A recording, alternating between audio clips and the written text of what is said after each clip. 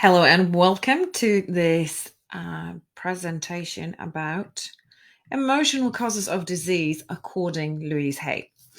So I think presented by me, Bisa, the rapid transformational therapist. I think if someone is not into spirituality, someone is not into healing, maybe haven't tried a lot of therapy, meditation, there are certain people that maybe you might be not familiar with, certain names in that world that might not be familiar. But Louise Hay is definitely one of them if you are into healing. She has amazing, incredible ideas about self-healing, self-love, the thoughts, the ideas, the everything that comes from our mind. And she also thinks that emotions cause illness, emotions cause disease. And that's why I put this presentation together, because I thought it's such an incredible eye opener, very, very interesting. And I wanted to tell you about, what's the idea here, and different parts of the body correspond to different emotion.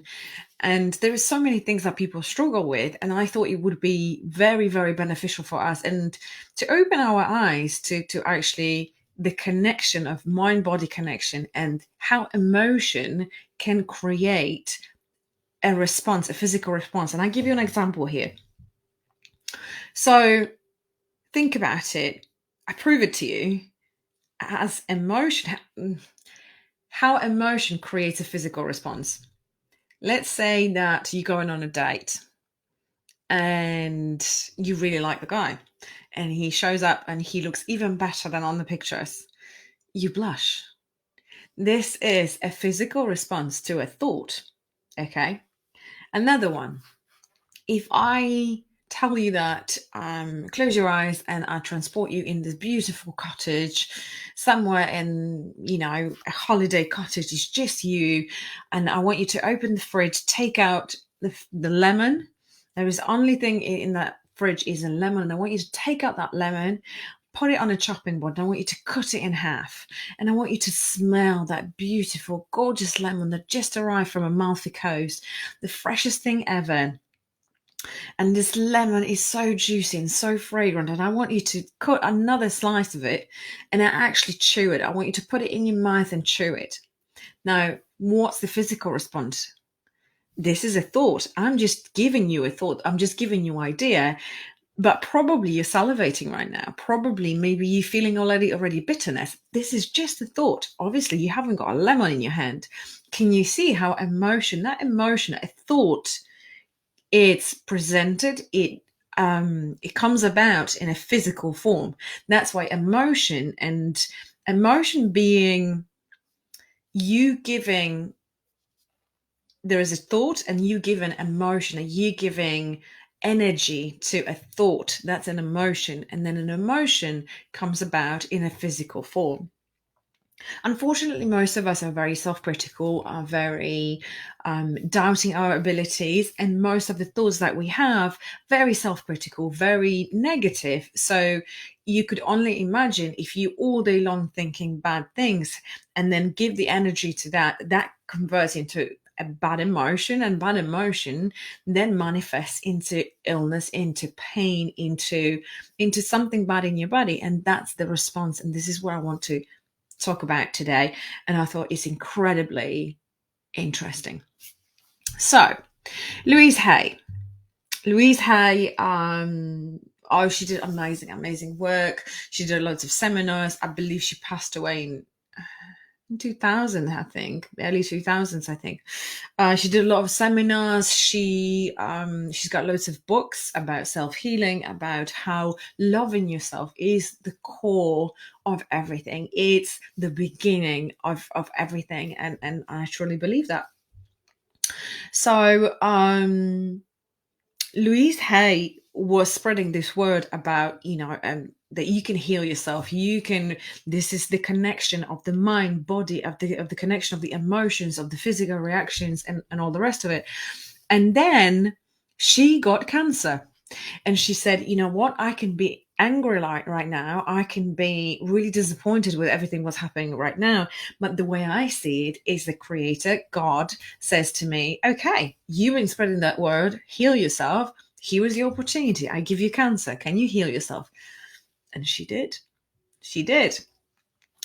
So amazing, very inspiring, amazing woman. There is so much out there. If you go on YouTube, if you go just Google her, so you can find out a little bit more. So she believed that we create illness in our body, that the body, like everything in life, really, it's a mirror of our inner thoughts, of everything. It's corresponding to whatever we have inside. It's showing up outside. So our body is always talking to us, and that's the beauty of it. If you feel pain somewhere, it's your body trying to tell you something. It's your body trying to get your attention to that specific part of your body. And I will tell you now what corresponds to what. So it will be very, very eye-opening. And I'm hoping that you will have those aha moments like, wow, this is so interesting. And I just love those. So the message here is for us to we need to take time to listen, to notice, and time to actually communicate with our body, to learn how to observe what's happening. So she says every cell within our body responds to a single thought that we think and every word we speak. So our body is always talking to us. So we just need to take time to listen, take time to notice, observe our body, and observe with fascination rather than being angry. It's like, oh my God, I've got this pain. Observe it with a fascination and take a step back and say, okay, what is it that you're trying to tell me today? So you and only you have the ability to customize, to make it your own cycle of life. Okay. So what she says, change your thinking and get going. Okay. It is an idea is very, very simple, but to change your thinking after conditioning and everything what's, deeply buried in your subconscious mind might be a little bit more challenging. But the message here is that you are here for a reason. You are here for a very, very important reason. Even if you're not seeing it yet or right now, and if you don't know it yet, I can tell you that you are here, not by mistake. And guess what? Everything you need to heal yourself is already available to you. It's already there. You don't need doctors. You don't need medication. You don't need loads of money. It's all inside you. You can choose to think the thoughts that create a mental atmosphere that contributes to the illness, or you can choose the opposite. Yeah. To create that healthy atmosphere, to create a healthy thoughts, healthy mind, healthy body within you. I think it's obvious and we don't have to say it. If you are a potato couch and you just sit on a couch all day and just eat crap, how will you feel? How will your body respond? What thoughts are going in your mind? You watching some, trashy TV. This obviously affects your mood, affects what you're doing, affects how your body is reacting to things. If you eating crap food, it will make you feel crap because of the digestive system, this is not self-love. So what do you think was going to be a response to your body? Your body's going to be like, hold on a second, this is how you treat me? Well, I'm not going to be good for you, right? So you always have a choice. And it doesn't have to be complicated. It doesn't have to be, this overwhelming. Tomorrow's going to get up and you're going to be a completely different person. It's about doing little things and starting somewhere. Okay. So hopefully this presentation will give you a clue, will give you, will inspire you to actually look at your body, look at your mind, what it's trying to tell you, and maybe take some, different approach, different actions to give yourself some love and to give yourself some nourishing, beautiful food and start looking after your body. So emotional causes of the most common issues. I came out with maybe 20 here, so there was plenty to see if you're struggling with anything. Okay. Aches. Any aches. How many of us, feel like, oh, I've got this pain, I've got the pain here, and I'm aching. Oh my God, oh my God. When it comes to aches, it's about longing for love, okay? Longing to be held. Loads of things are also deeply buried from when you were little and you haven't released that emotion. So if you didn't feel loved when you were a child, this is coming back and you might be feeling achy because you never healed that part in you. Acne, I think it's a big one, and I see it very often, and I struggled with it for some time. And this actually, interestingly enough, that this was the beginning of the journey of self-healing journey, because I had really bad acne, and I went to dermatologist and they give me all the creams, all the things, and it wasn't getting any better. I was getting some creams, on high street and whatever, and it was getting worse and worse and worse. And at some point I went to the doctors and I said, well, nothing's helping. He's like, okay, I'm going to give you an antibiotic, but this is very, very strong and it might get you depressed, migraines, and you need to avoid light. And I was like, no, this is it. No. So I think that was the right time for me to find the book of The Power of Your Subconscious Mind. And this is how I actually started. And I kid you not, I actually healed my acne in 2 weeks. So acne, if someone's struggling with acne, that means it's not accepting the self. It's disliking. I don't like myself. I'm not accepting myself, okay? And this is how the body is responding. The body is showing the world, I'm not accepting myself, I'm disliking myself, and it's showing on the face. Back pain. I think back pain is a big one, and I think many people struggle with it, especially a little bit later on in life. And there is different back pain. So I have different ones here, but mainly back issues. Back represents support in life, okay? So if you haven't felt supported, if you haven't felt needed, supported by your family, supported by your friends, you were always feeling alone, then the back pain will come back. And it doesn't mean that, there was a period of your life that it was okay and then something came up. This, if it's not healed as an emotion, it will come back. It will keep coming back. So if you feel back pain, your body is telling you this emotion has never been healed, and hello, I still need to be healed. Okay. So back problems, when someone's got rounded shoulders, for example, is carrying the burdens of life, feeling hopeless and helpless. Okay, sad, really. If you have a lower back pain, it's fear of money and lack of financial support. How interesting. Mid back pain, it's related to guilt. Guilt, stuck in all the stuff that are there, get off my back kind of thing. Yeah, so yeah. And then upper back pain is lack of emotional support, feeling unloved, and holding back love. So feeling unloved, I don't deserve love, I'm holding back. So that's upper back pain. I don't know, I just find it fascinating. Bad breath. I thought this one was quite interesting. I went on a date once, and really cool guy, really interesting and everything, and very kind and very, very a gentleman. And I think never seen anything like it. Such a gentleman, like chivalry is not dead. But unfortunately, you could sense the bad breath, and I was like, oh, what a disappointment. Really off-putting, isn't it? So bad breath is actually anger issues. So you're holding on to anger and revenge thoughts. Yeah. So it's something still that you haven't forgiven, you haven't let go, you are angry about something, and you're actually thinking about revenge. Blood pressure. I think many people struggle with high blood pressure. Like blood pressure is a long-standing emotional problem which has never been solved.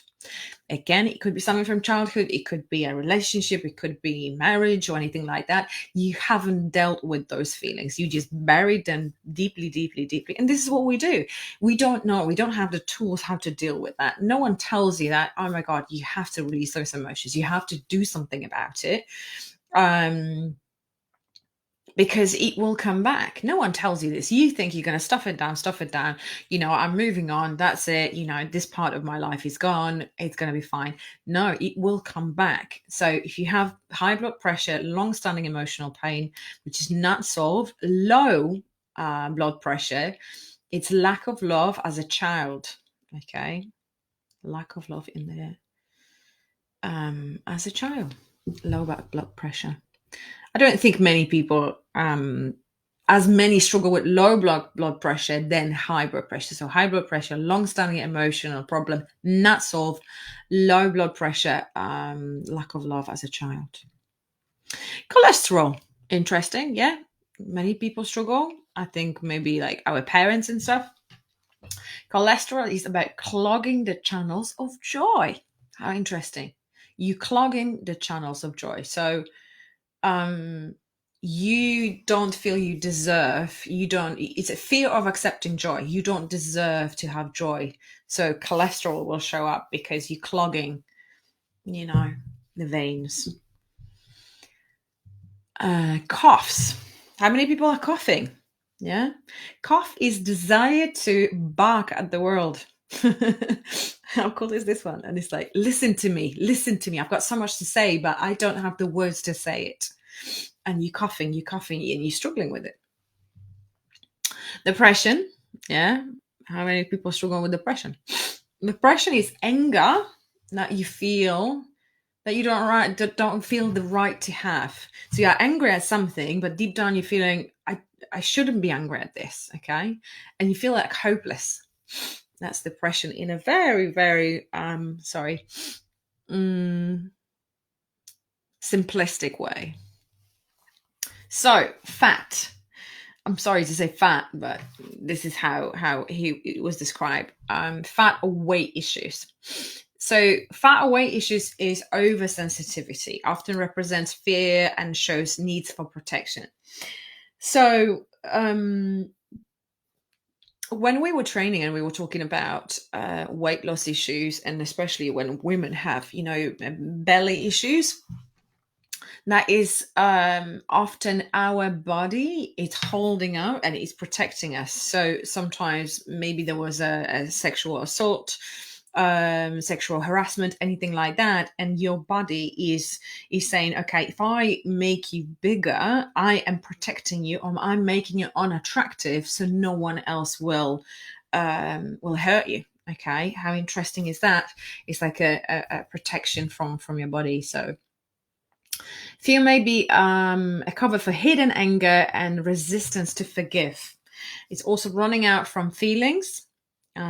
So weight issues could be, I'm not saying this is all, one person will have all of it, but it could be, pick and choose kind of thing what relates to you if you have weight issues. So oversensitivity represents fear and shows needs of protection, running away from feelings, insecurity, self-rejection, and seeking fulfillment. Yeah, because we're eating our emotions. We're trying to fill the gap. We're trying to, there is a hole, there is an emptiness, there is a lack of self-love. So I'm going to eat and I'm going to make myself feel better, because food is connected to love. If you think about your childhood, when you were eating, when you were sat with your parents, with your grandparents around the food, it was moment of joy. It was moments of happiness. It was moments of love. So you subconsciously want to get that feeling. That's why we eat. Okay. So now I've got other parts of the body when it comes to maybe bigger arms. So when you have, I don't want to say fat arms, but you get the point. Bigger arms, yeah. When you've got fat stored in arms, that's anger being denied at being denied love. So you are angry because you feel you're being denied love. If you've got some fat around your belly, that's anger of being denied nourishment. So again, don't feel nourished as a child, maybe. Hips, if you are bigger in hips, that's lumps of stubborn anger at parents. How interesting is that? If you big at hips area and you can't lose it, lumps of stubborn anger at parents. Who would have known? Thighs, packed childhood anger, often rage at father. So if you've got big thighs, childhood anger, often rage at the father. By all means, comments below, if you can relate or it does hit the spot here. Okay, what's next one? Fever. Fever is anger. It's burning up. I'm burning up. Hay fever is emotional congestion. Yeah, you've got too much emotions, too much going on. Fear of calendar, belief of prosecution, and guilt. Fear of calendar. So fear of, the seasons. Headaches. Headaches are very, very common. Headaches are two things that happens with headache, not from the emotional perspective. You haven't slept well, you are not rested, or you are dehydrated. Those two things. And headaches is invalidating myself. Self-criticism, fear. I'm criticizing myself, so I have a headache.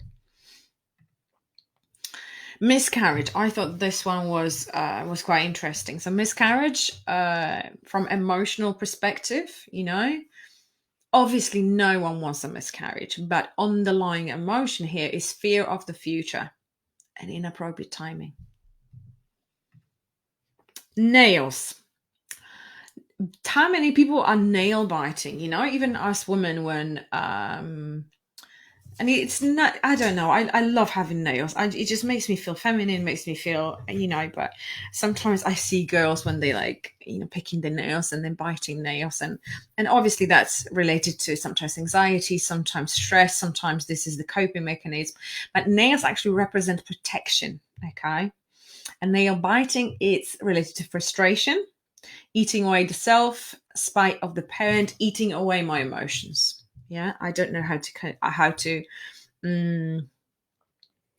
control it. I'm going to eat it. Pain. Any pain. So that relates to guilt. And pain is like self-punishment. So guilt that always seeks punishment. Lung problems. Yeah. Lung problems is feeling like we don't have the right to live life fully because you can't breathe. When you've got lung problems, let's go say asthma, for example, it's very shallow breathing. My dad's got asthma and he really struggles to breathe. Long story. But lung problems, how interesting that you feel that you don't have the right to live fully, so you can't take a full breath. That's why the shallow breathing and problems with breathing, problems with with breathing properly, right? The belly breath doesn't work for people who's got lung problems and maybe asthma.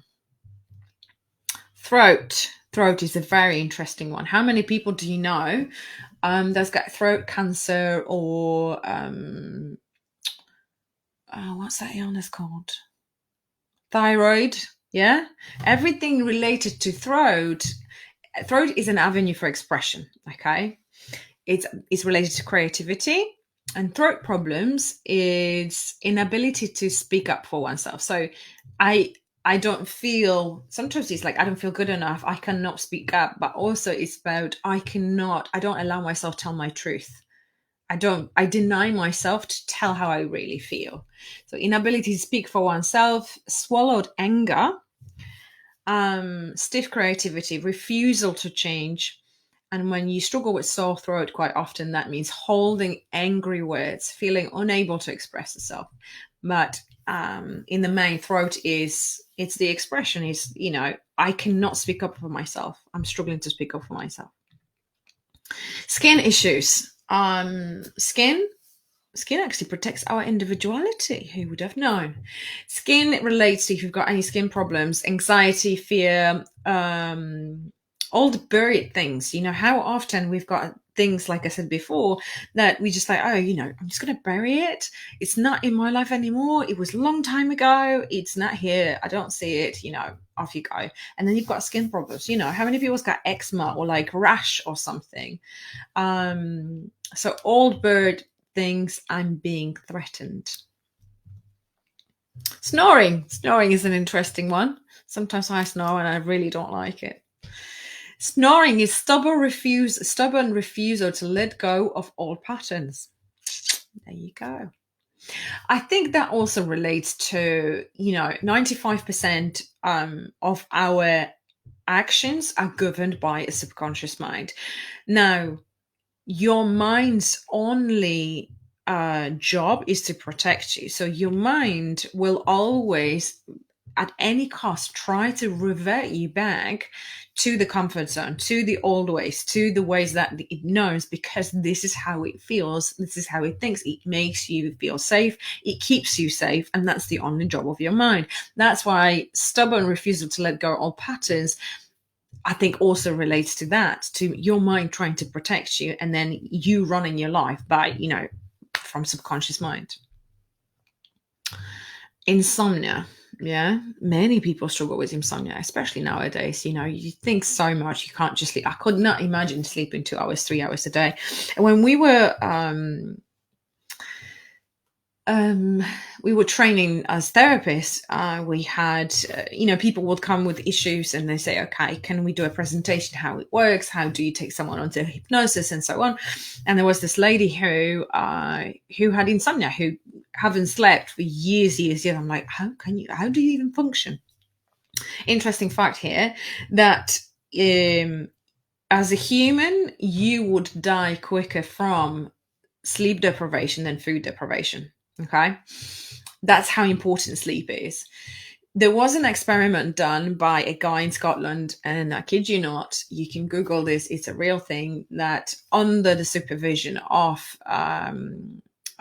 medical staff, this guy didn't eat for 365 days. A year he didn't eat. He just drank water. Obviously, he lost a lot of weight, but it was okay. He was okay. He survived. It was mental. It was, I don't know, you would have to read what happened. So what I'm trying to say here, the guy could survive 365 days as long as he's not dehydrated. And obviously he was, on the supervision of medical team and stuff. And it was done for research purposes, where when it comes to sleep and sleep deprivation, it was recorded that maximum a person survived without sleeping, and not talking about drugs, not sleeping for 12 days. After 12 days, you die. Literally, you die. That's how important sleep is. Sleep is also so incredibly important because we are consolidating emotions. Okay. So when you go to bed, the last thing at night when you fall asleep is very important. What you concentrate on, what do you do, what do you think about? That's why it's good to journal in the evening. Get out everything what's on your mind. Don't ever talk about shit what happened, how awful your day was. No, get out, because you want to fall asleep with positive mind, with something good, with feeling good, with feeling joyous, and then the positive things are going in your subconscious mind, and you will wake up. The less probability for you to wake up anxious, and then less probability to have interrupted night because you're thinking about things, you're worrying about things. That's why meditation, evening routine, really, really important. But yeah, when it comes to and we consolidating emotions. So when you're dreaming, you go into REM, and we all dream. Even when you say, "Oh, I don't remember my dreams. I never dream." You do. And the way we dream, when we dream, it's consolidating emotions. So everything that happens during the day. So imagine that your mind never stops. Okay, even when you're sleeping, your mind is still working. Everything is working.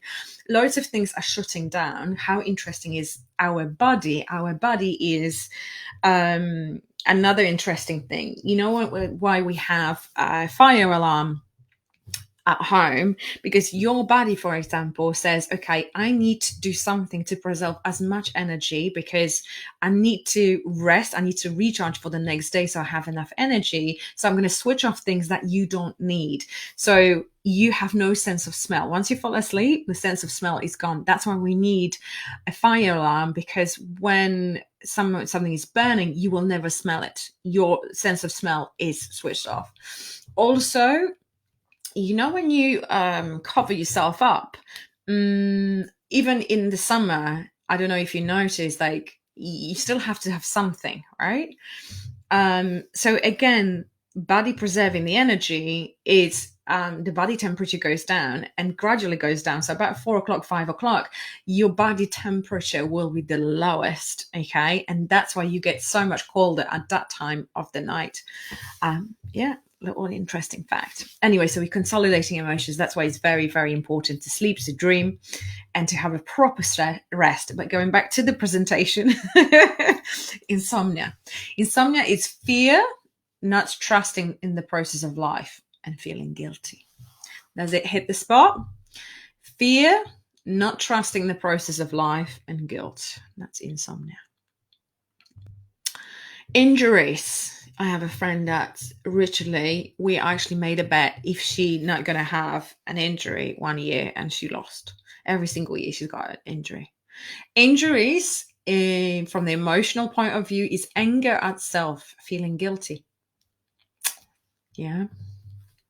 Fungi, whatever. Sometimes people have it in their nails or I don't know, somewhere.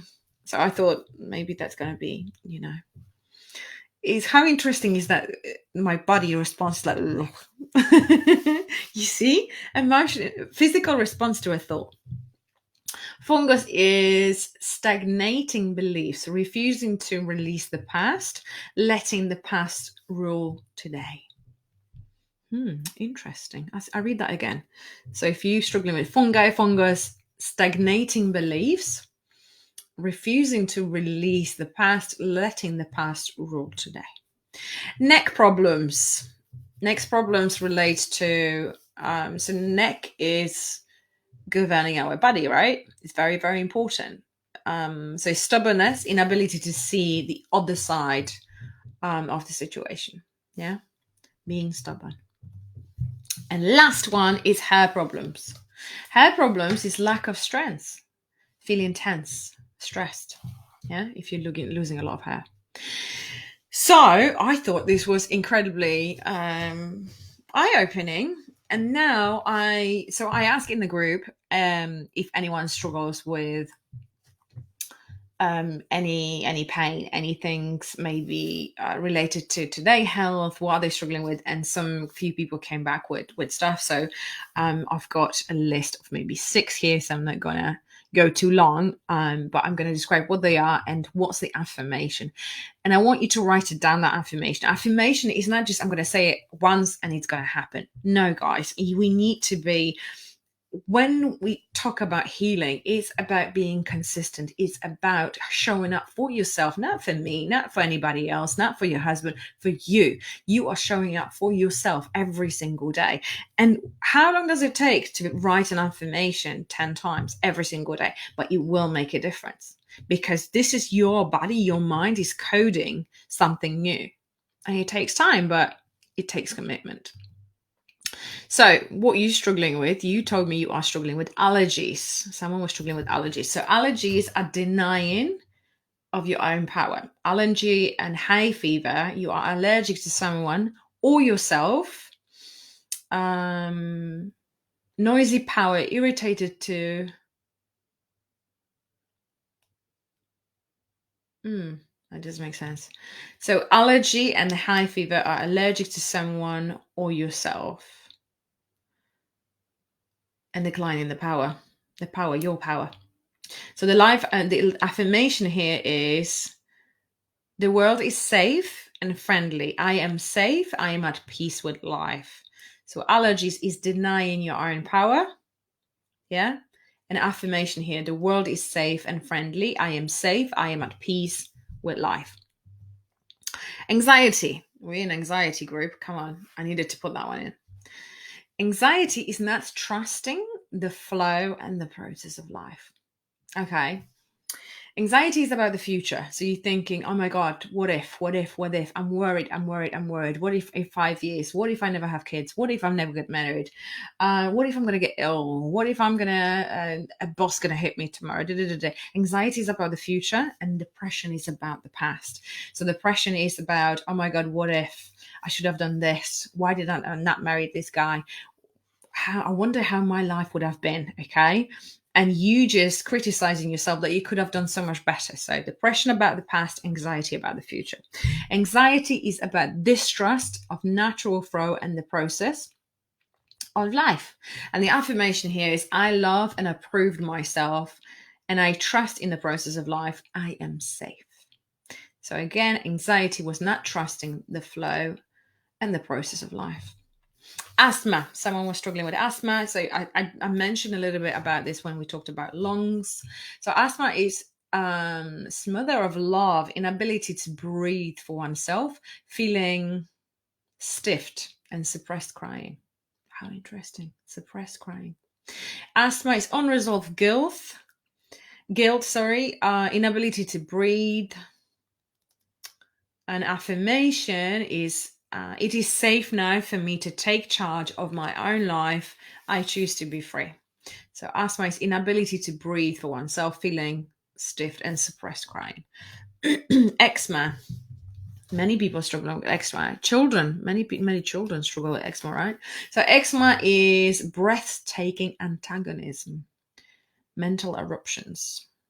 Eczema affirmation is eczema also goes back to the skin, right? To what we said about skin.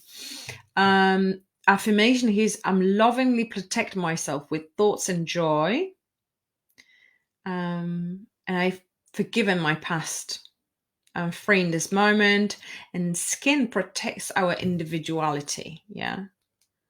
So again, I don't allow myself to be me. I don't allow myself my individuality, my personality show. Migraine. How many people struggle with migraine? Migraine and headaches is disliking of being driven. How interesting is that? Also resisting the flow of life and sexual fears. Yeah. Sexual fears of being close or letting someone too close to you, feeling driven, pressured. And the affirmation sphere is I relax into flow of life. I let live. I love life. So migraine and headaches was dislike of being driven, resisting the flow of life, and sexual fears, fearing of being too close, of letting someone too close. Stomach and IBS problems. Stomach is the seat of all the emotions, actually. Stomach holds nourishment, so digest ideas and dread, fear of new, inability to assimilate the new, inability to take new experiences of new ideas. I am scared of new, basically. Yeah. So stomach and intestinal problems. It goes back to is the seed of all the emotions. If you're struggling with your stomach, with digestive system, it's all the emotions are out of whack, and it's the kind of protections like whoa, nothing new is going to happen here. I'm scared of new, basically. So affirmation here is that life agrees with me.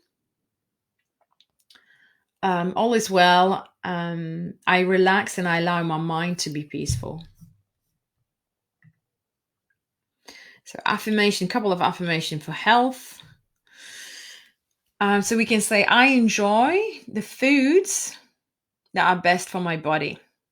I love every cell of my body. How beautiful is that? Next one is I'm consistently discovering new ways to improve my health.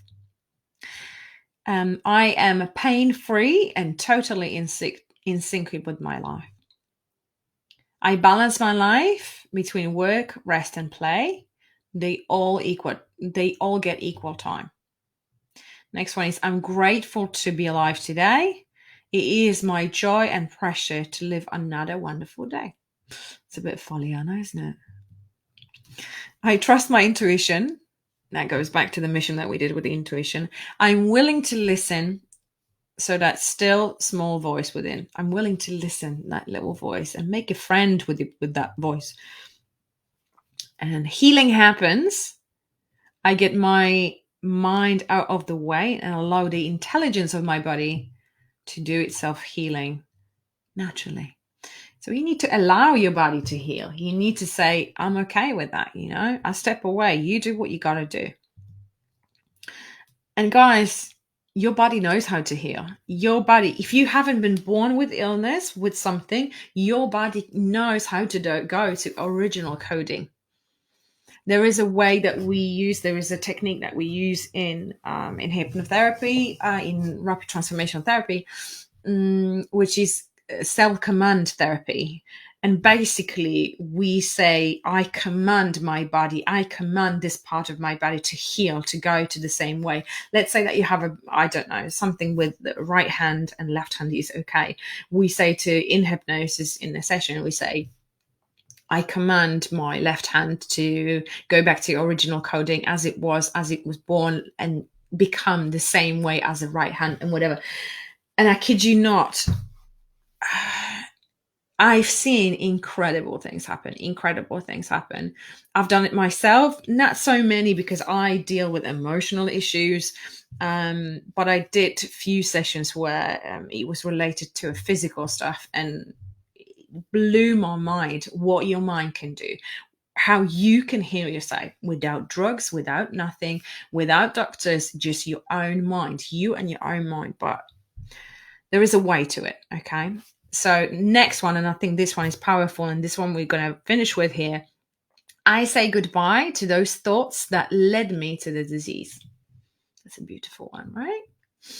So if you have any questions or anything that I haven't mentioned and maybe you're struggling with and you would like to know, please put it in the comments. And then your mission for today, I will put the link. I want you to watch the movie, Louise Hay, You Can Heal Your Life. It's about an hour. It's free. It's on YouTube. It's available. It's very, very interesting. And again, digs deeper about thoughts. And it's kind of funny because you will see people walking and it's like the little voice is talking. And I thought it was quite interesting because we all have it, but we don't really think about others. We just think about ourselves, right?